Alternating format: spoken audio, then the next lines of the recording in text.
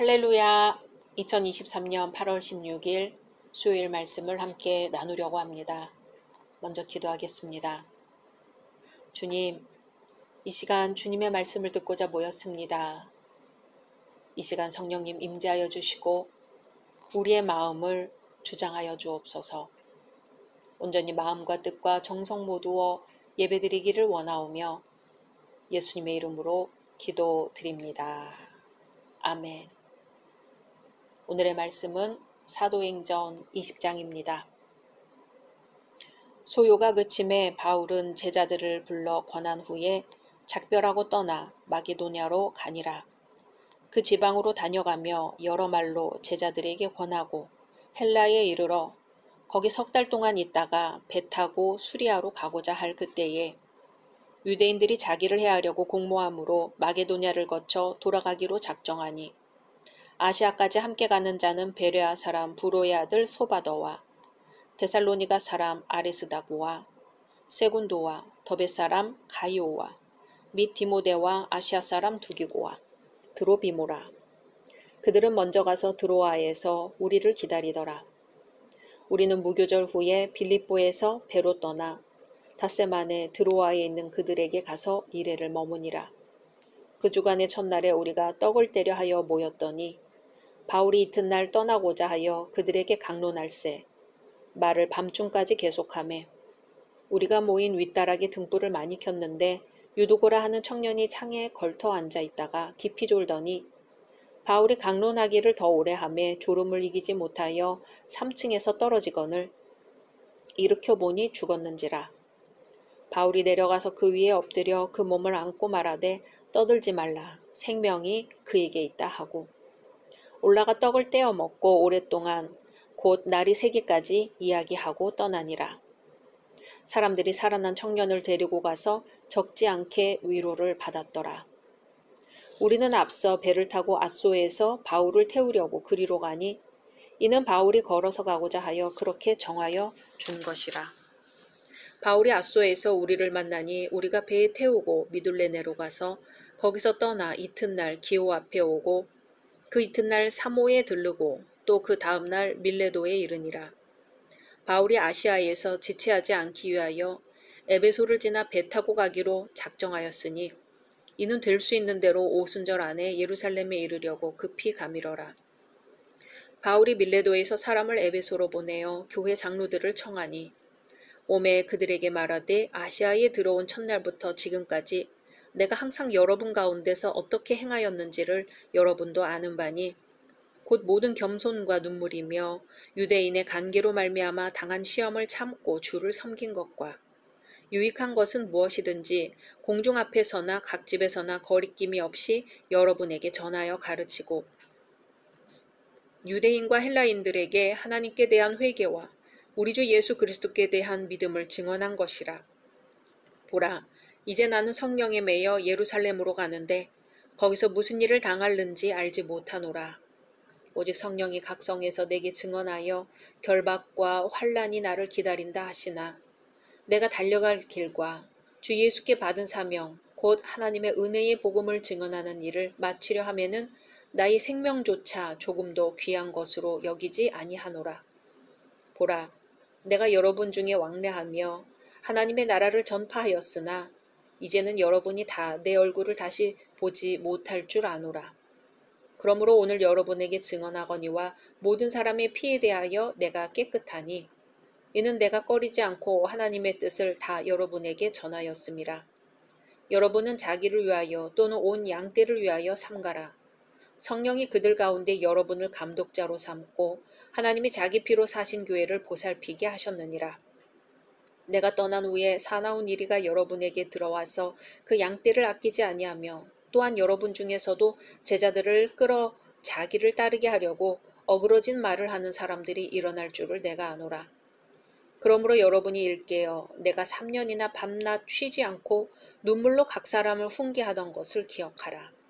지금 내가 여러분을 주와 및 그 은혜의 말씀에 부탁하노니 그 말씀이 여러분을 능히 든든히 세우사 거룩하게 하심을 입은 모든 자 가운데 기업이 있게 하시리라.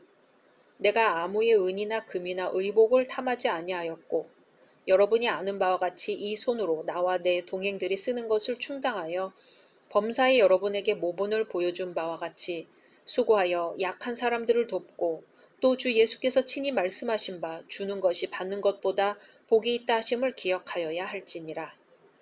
이 말을 한 후 무릎을 꿇고 그 모든 사람들과 함께 기도하니 다 크게 울며 바울의 목을 안고 입을 맞추고 다시 그 얼굴을 보지 못하리라 한 말로 말미암아 더욱 근심하고 배에까지 그를 전송하니라. 아멘. 오늘은 다시 살아난 청년 유두고라는 제목으로 말씀 나누려고 합니다. 드로아의 한 청년이었던 유두고는 다른 곳에는 기록되어 있지 않지만 희한한 이름은 아니었다고 합니다. 이 청년은 바울의 3차 선교 여행 중 드로아에서 설교하던 바울을 당황하게 했습니다. 바울은 빌립보에서 무교절을 보내고 드로아에 와서 그곳 성도들에게 설교를 하게 되었습니다.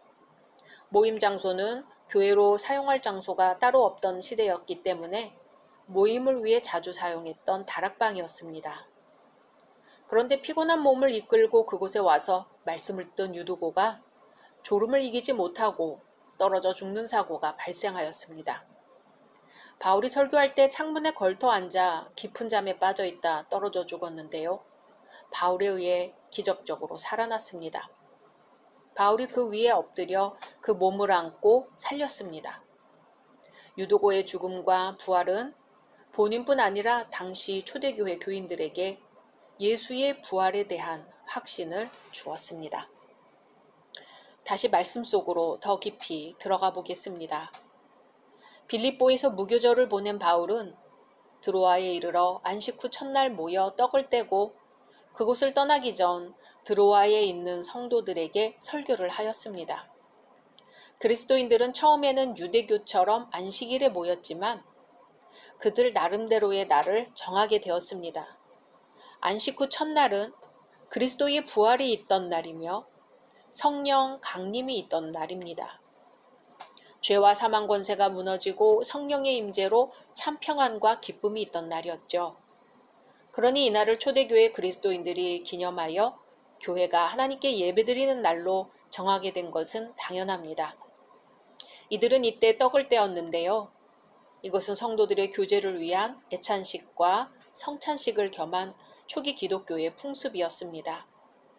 모임이 있던 윗다락은 교회로 사용할 장소가 따로 없던 시대에 교회 모임을 위해 자주 사용했던 장소였습니다.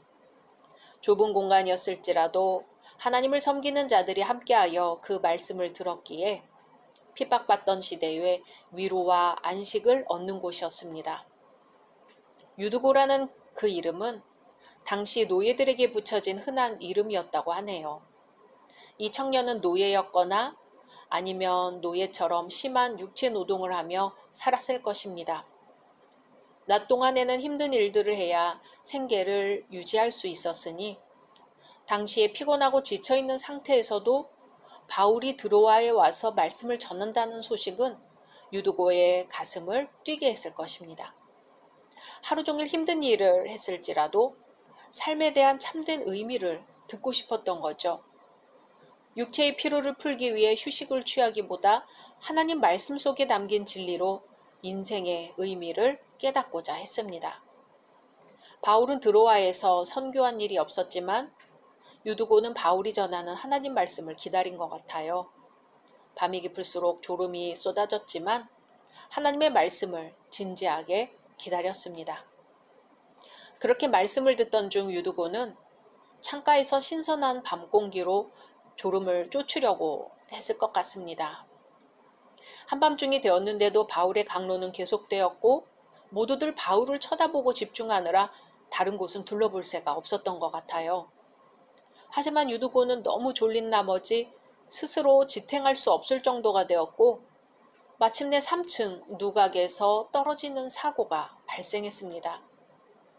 많은 병자를 고치고 귀신 들린 자들을 온전케 하시며 죽은 나사로를 살렸던 주님의 말씀을 듣고 있었을 것입니다. 유두고의 죽음은 바울을 모함하고 죽이려는 이들에게 얼마나 좋은 소식이었을까요? 하지만 하나님의 뜻은 다른 곳에 있었습니다. 나사로의 죽음도 하나님과 그의 아들의 영광을 위한 사건이었듯이 유두고의 죽음 또한 하나님의 영광을 위한 것이었으며 성도들의 믿음을 위한 것이었습니다. 그래서 청년의 몸에 엎드린 바울은 부활하신 주님의 생명력을 느꼈을 것입니다. 말씀을 듣던 중 갑작스럽게 유두고가 떨어져 죽자 모두들 얼마나 놀라고 당황했을까요? 그러나 바울은 유두고의 시신이 있는 곳으로 가서 그 위에 엎드려 몸을 안았습니다. 숨소리도 들리지 않고 심장소리도 들리지 않습니다. 청년의 몸을 껴안은 바울은 엘리야가 사르밧 과부의 죽은 아들을 위하여 그 몸에 엎드린 것을 기억하였습니다. 유두고는 죽었지만 바울은 믿음의 눈으로 그리스도를 살리신 하나님 안에 있는 유두고의 생명을 보았습니다.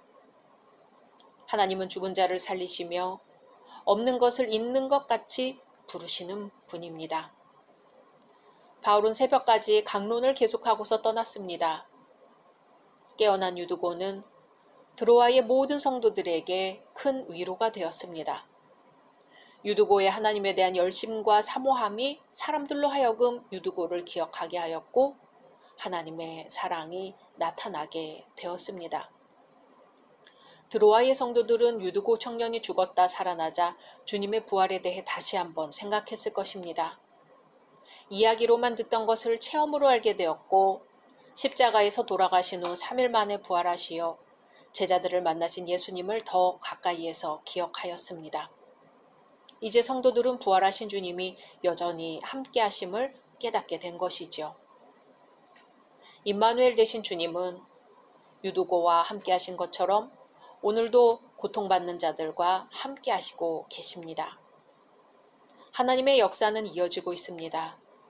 성령으로 오시어 인간들을 돌보시고 세상을 주관하고 계십니다. 오늘 이 말씀이 우리 열린 성도님들에게 생명의 말씀이 되어 피곤하고 지친 가운데 주님의 말씀을 기억하고 사모하며 가까이 할 때 우리의 닫힌 곳이 열리고 막힌 곳이 뚫리고 말씀으로 걸어가는 그 모든 곳에 길이 열릴 줄로 믿습니다. 말씀 생각하면서 기도하겠습니다. 하나님, 무더위에 주님의 말씀을 사모하는 마음으로 기도드립니다. 유두고와 같이 말씀을 사모하는 열정이 우리에게도 있게 하옵시고 질병과 고통으로 힘겨워하는 우리 성도님들을 기억하시사 연약한 몸을 일으켜 세워주시고 새 힘을 공급해 주옵소서. 필요한 물질을 허락하여 주시옵고 돕는 이들을 붙여주시오며 무엇보다도 영적으로 성령 충만한 삶을 살아가게 하옵소서. 주님의 능력으로 힘있는 삶을 살게 하옵소서. 예수님의 이름으로 기도드립니다. 아멘.